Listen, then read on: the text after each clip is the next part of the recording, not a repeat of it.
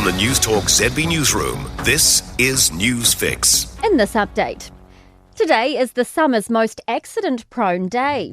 ACC data shows over the past 5 years, New Year's Day accidents have prompted more than 27,000 claims. New Year's Eve takes second place with nearly 23,000 injury reports. ACC injury prevention lead James Whittaker says a risky cocktail of factors can come into play. People are getting together in large groups. They're having really long days. There's heaps going on. Hopefully there's a fair bit of sun involved as well, and they might be having a few drinks. Major electricity companies are taking a big step today towards protecting national energy security.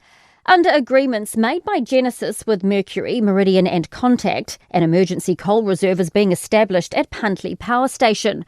The Commerce Commission approved the deals in November.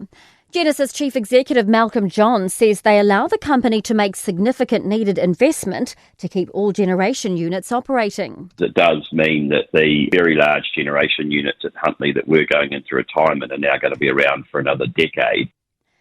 The Electoral Commission's encouraging eligible voters to enrol early before this year's general election. Under voting law changes taking effect today, enrolment will now close 13 days before the election. Voters had been allowed to sign up right until the day. Chief Electoral Officer Carl Lacane says students in particular should get this sorted out quickly. We're encouraging students who might be moving in the new year, particularly look at whether you are enrolled and if you are, to update your address if you're moving for study. And MB is urging employers to know their obligations during the holiday period. Most employees working a public holiday like today are entitled to be paid time and a half and an additional paid day off. Compliance Manager David Milne says there's a spike in complaints during the holidays, with employers not meeting expectations. This is why we've taken the opportunity to message out to retailers and employers to make sure that they're aware of their obligations and how they treat their workers. That's news. In sport. Plays just underway at Mount Smart Stadium between men's A-League leaders Auckland FC and Newcastle. More than 15,000 tickets have been sold for the New Year's Day fixture. Canterbury have made 69 for 6 from their 5 overs in a rain-reduced Super Smash women's game against Central Hinds in Christchurch. Jodie Dean top scored with 20 off 11 balls.